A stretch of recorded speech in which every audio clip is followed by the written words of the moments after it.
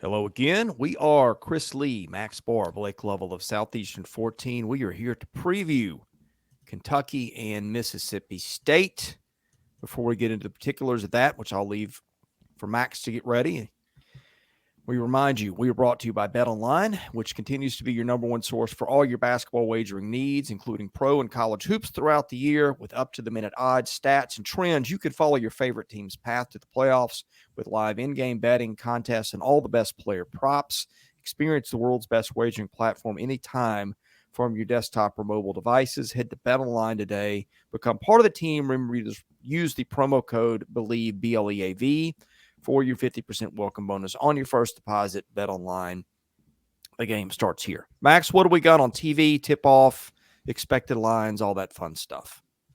So we've got, to start with expected lines, KenPom has this as a 2-point win for Mississippi State, actually, leaning into that Mississippi State home floor.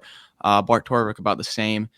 So I'm not sure what Vegas will say, if they'll pay, make you pay that tax with the home court and bump it out to -3 or -4, or if, the public kind of jumps on Kentucky after the big game and maybe it's more close to a pick 'em, but somewhere around there. I don't expect Kentucky to be favored, which is going to be interesting.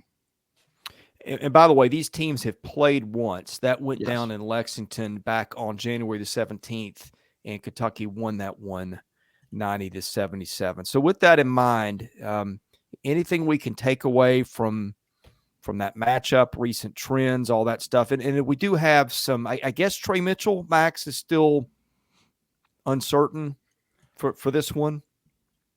Yeah, I mean, I would assume he's going to be back soon, right? I mean, he's been day to day for, I feel like, over 14 days now. But even if he doesn't play, Adu Thiero has done a phenomenal job stepping in for him. So I wouldn't put too much of an emphasis on the impact on the game if Mitchell plays or not, because they've looked great without him. Well, I mean, I don't know how much we take away from the first game. I don't know if it falls within the recency window of Chris Lee, since it was played over a month ago. But still, and it's also like, do you really take anything away from Mississippi State on the road prior to the LSU game? I mean, there's not a lot to really. You just feel like it's just a different team, right? So, I mean, I don't know how much you could take away, period, just from the fact that Mississippi State was really struggling on the road there for a bit. They won back to where they won Missouri, won LSU now in convincing fashion. So, just a different team back then, of course, than they are right now. I mean, you could maybe say the same thing about Kentucky too, depending on which Kentucky team you get. So, yeah, it's hard to probably take a lot away from that first game. Tolu Smith pretty much did everything for Mississippi State. Josh Hubbard did not shoot it well in that one. Trey Mitchell, as we say, had 15 points in that game, but it was another Antonio Reeves game. Kentucky got the free throw line 27 times. They shot 74% from two in that game. I remember talking about that. I'm like, wow, against Mississippi State, this defensive team, they shot 74% from two from inside the arc in that game. And so it's just, I mean, so this is interesting, right? Because it's the matchups, and we keep saying Mississippi State's one of the best in the country at defending the three. But, Kentucky's kind of a team now, I think, that when you look at all the guys that made contributions against Alabama, do you get that same thing here? Because, as always, we just expect that you're not going to shoot it as well from three on the road. But Kentucky can score in a lot of different ways. And so, yeah, I don't really have a lot, I feel like, from the first matchup that I'm going to lean on for this one, just because it has been a month and these two teams are kind of in different spots. So. By the way, Trey Mitchell did play that first game, had an offensive rating of 186 according to KenPom, because he scored 15 points and did not miss a shot. So I'm looking at the KenPom matchups. We kind of like to look at the red-green stuff. Kentucky gets to the line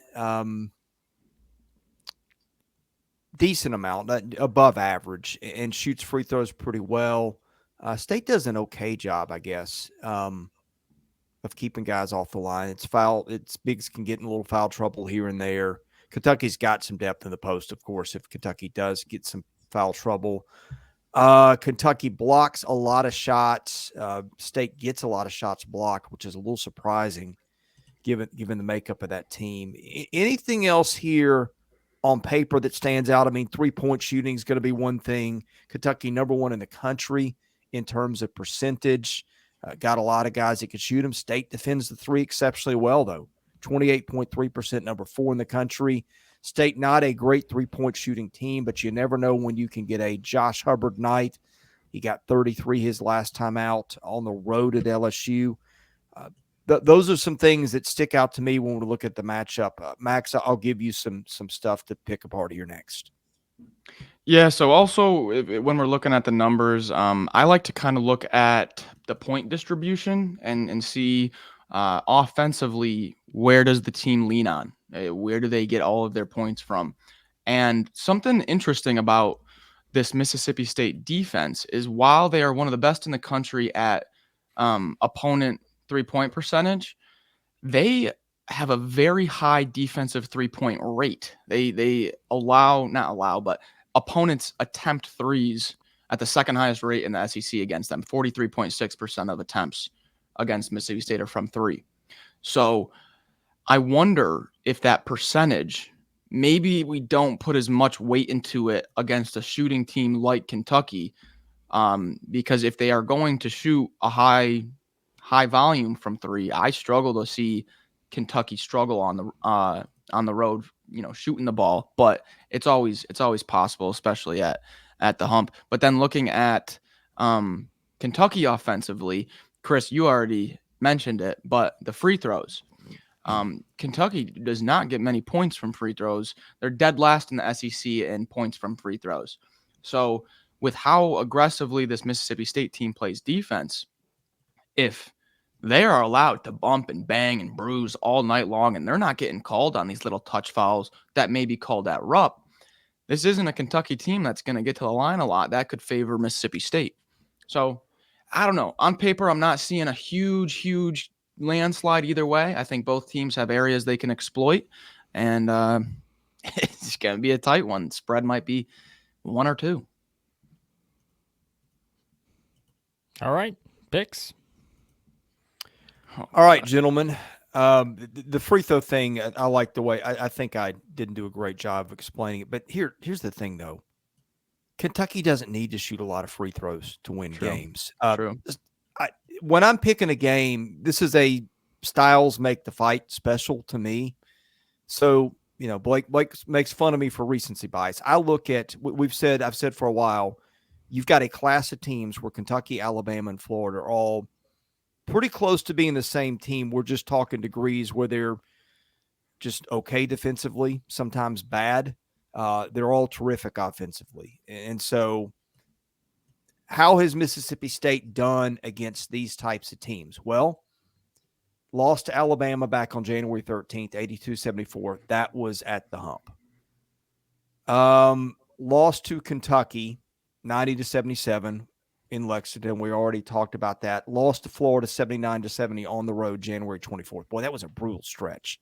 Alabama, Kentucky, Florida, all at once within 3 games of each other. State is playing better. State's won 5 games in a row, but the counterpoint or the flip side of the coin of that schedule is it's all been against the easier teams. Now that's what's left for State. So I look at this, I see the types of teams that can give State problems. Kentucky is one of those types of teams. Kentucky actually has been fairly decent on the road. In fact, better on the road than it has been at home at times. The Alabama game set aside. It's a tough one. Kentucky, you just never know what you're going to get for sure. I'm liking a little bit more of what I'm seeing lately, though. And I think stylistically, Kentucky can handle what State can throw at it. Give me the Wildcats on the road. Okay, bold. Not too bold, but I like it, Chris. I like it.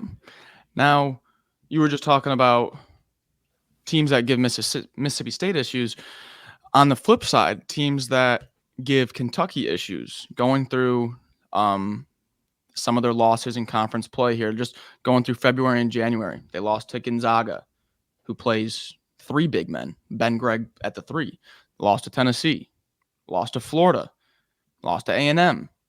Every time this Kentucky team loses, it's against a team that just beats them down physically, and they out rebound them and get, just Onyenso doesn't dominate like he normally dominates. And this is a Mississippi State team that can do that. Is this a Kentucky team that's probably going to outscore Mississippi State on a neutral floor 8 times out of 10? Probably. But this is what I'm looking at with this game. It has not steered me wrong all year. I just had 3 units on Kentucky. I've only done that 2 times all year. Kentucky against Alabama was one of my most confident plays of the entire year. And the reason why was because Alabama was coming off of an overtime win in an emotional letdown spot. Well, here we have Kentucky coming off of the most emotional game. They put up 117 at home against the conference's best. And now they don't even get a Wednesday game. It's a Saturday into a Tuesday. I don't think I've ever seen a bigger letdown spot this season. I'll go Mississippi State here to catch a Kentucky team that might be sleeping on the road. All right. Well, we don't have the Southeastern 14 Kiss of Death pick since you two split the predictions on this, so makes my prediction a little bit tougher to come up with, except for the fact that Kentucky has beaten Mississippi State 18 of the last 19 times these two teams have played. The one win for Mississippi State, a 1-point victory in Nashville in the SEC tournament in 2021. So whether it's been in Starkville, whether it's been in Lexington, it's been Kentucky. But we did point out the last time these two played, they played some really close games, it seems like, over the past several years specifically. A lot of kind of close, down-to-the-wire type games. I would expect probably the same thing here. Initially, I was going to bring up the fact that look at, the teams that Kentucky has played and the common denominator against good offensive teams and so forth. And then I was going to go, well, look at the teams Mississippi State's played against the good offensive. But you both already went there. So you both kind of stole the direction I was going to go in. So with everything I said about Kentucky winning 18 of the last 19 and all this, it worked for Max Barr and I on Saturday when we both picked the Cats. And we said, you know what, this is a really good spot for Kentucky. They're playing Alabama. We don't know if we see this happening for Alabama. It could be shorthanded. Kentucky come out, get a big win here.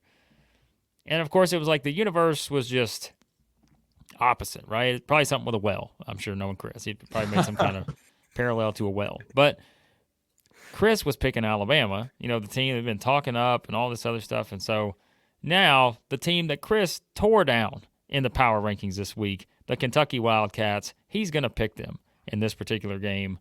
But I'm going with the one and only Max Barr in this game here. I'm going to pick Mississippi State in this one because I think this is a game that goes down to like the final possession probably, just given the way these two teams play. But Max and I say it. We've said it all year. If there's one thing we've been decent at, and there's not a lot necessarily, but the one thing we've been decent at is identifying a letdown spot for teams this season. And this is a hard place to play. And I know Kentucky's had success there when a lot of teams have not, but look how many good teams Mississippi State has beaten in Starkville this year. They get up for these games. Jans puts them in a great position in these kind of games. He's done it consistently now. And I know they beat up on the bottom tier teams over the past 5 games, but there is something to the fact that a team is just riding a big high right now. They're coming back home for the biggest game of the season, potentially, at this point in the season. Maybe eventually it was Tennessee, then out, whatever. But, yeah, so I'll take a chance on the Bulldogs here. Kentucky fans, if you want the positive of everything I've had to say about Kentucky, go to the Power Rankings this week, where I was alone on an island trying to defend the Cats. But anytime I do that, we know what happens. They lose. So it doesn't matter who. We could defend Alabama, Kentucky, anybody. It's the Blake and Max effect. So if there's 2 things that I know from this year, it's pick the team that has the midweek off, and then pick the team or fade the team coming off a huge emotional victory. Those are the only 2 things. Those are the only 2 things. Yep. Percentages tell you the midweek off wins a lot. Percentages tell you the teams that come off of huge wins lose a lot. I'll stick with it. What was Mississippi State's win on the road, running LSU out of its own gym? Was that a big win? I think I it's don't I think think- it's a big win. I don't think it's as big as. It's not Kentucky beating Alabama and scoring 117 points. Yeah. I mean, LSU is still the best 14-13 team in America, but they are still 14-13. So I don't know if that's one that Mississippi State's going to look like just a huge season-defining win. No, I don't think so. Also, just real quick before we wrap up, and this isn't from me. This was I actually saw. I think it was on KSR's Twitter or something like that. But someone from Kentucky, Big Blue Nation, tweeted out Big Z's stats compared to Onyenso's, and kind of how they're pretty similar with the block rate and percentages and all that, and was kind of asking the question, posing the stats, asking the question like, do we see a lot more Big Z now with how these numbers look? In the top comment, which I thought was a good point, was I would hold the brakes on that one because I don't know if Cal is going to play Z against these really physical teams like Mississippi State and whatnot. So I'm interested to see Big Z's minutes here coming up. I want to see the rotation, what that looks like. Physicality. Can Kentucky handle the physicality? Big question in this one. They did the first time around, but this is, as you said, Max, different game. Are they going to get the free throw opportunities they got the first time around? All those questions in one like this. So Going to be fun. We'll be here to recap it probably Wednesday morning. Best way to catch that, hit the subscribe button, hit the like button, and we will be previewing the other Tuesday night games as well as the Wednesday night games in separate videos. Again, hit the subscribe button, enable your notifications so you see those. For Max Barr and Blake Lovell, I'm Chris Lee. We are Southeastern 14, presented by Bet